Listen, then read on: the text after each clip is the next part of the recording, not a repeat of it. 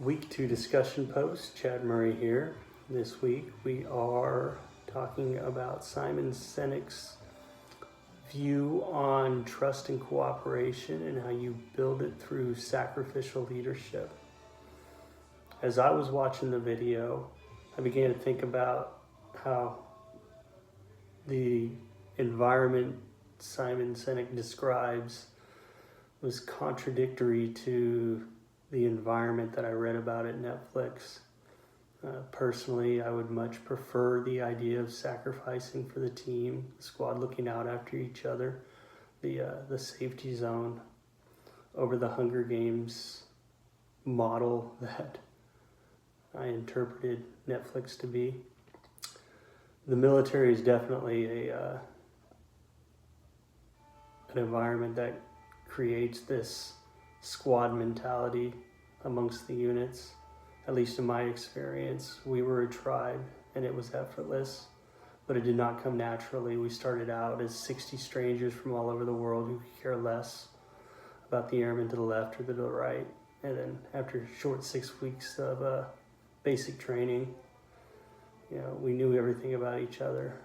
And this mentality transferred to each unit that I was at throughout my time in the military.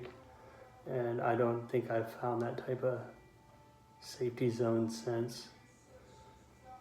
I think Patrick over there in the coordinator's office would be in his bunk 30 minutes after the start of his night watch shift if we were out in the field. And I'm starting to believe that at this point in my life that I'm not going to find the sacrificial leadership mentality environment that Sinek describes. Personally, I haven't figured out what the business world describes as leadership or how it defines it. I've been asked before in interviews how my diverse teams in the past have achieved award-winning performance indicators, and my answer is usually because my team knows they belong. We're fighting the same fight, and I'm usually asked a follow-up question, well, how do they know they belong? And the answer is something like their success is important to me, and each team member knows that their success is important to me. Their fellow team members know that their success is important to me, and it's reciprocal. That we all care about the big wins, and we all want to achieve them together. And so it kind of makes it easy to reach goals when that type of trust and cooperation is developed. You just develop the mission, align the targets with what your team does best, and send it. The weaknesses, that's something you can work on, you get better at. I believe this type of thinking does come from the military. And although I've only had brief success with this belief, I still believe that this is what leadership is. And perhaps this is why that my examples of great leaders are all NCOs that I had during my time in the military. One of these leaders was Sergeant Claude Felter. He was a superintendent of fleet services, a master sergeant, when I first arrived at Pope Air Force Base.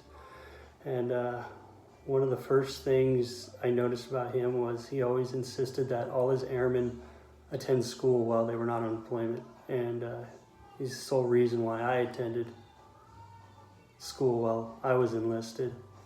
Not only did he care about our education, but he had an open door policy and it was an actual open door policy because you felt like he actually wanted to hear from you. If the service truck wasn't working, he figured out why and got it fixed.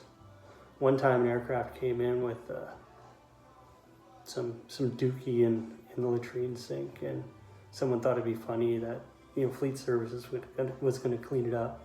And Sergeant Clodfelter made sure that it was not us that cleaned it up, and he didn't relent. And finally, it was the aircraft commander that cleaned it up, and that was a huge boost of morale for the department.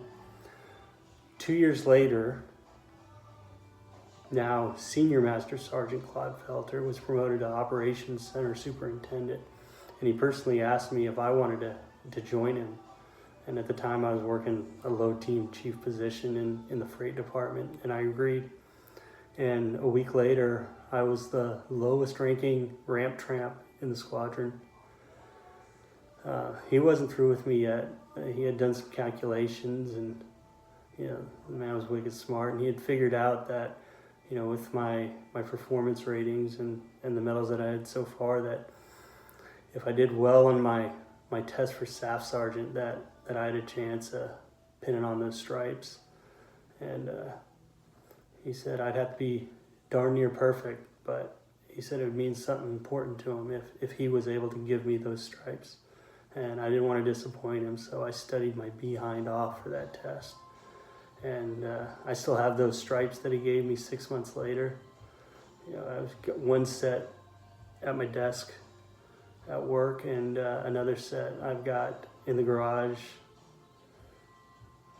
on the wall. So I would have done anything for Sergeant Clodfelter, and I really believe that he would have done the same for me. So thank you for listening.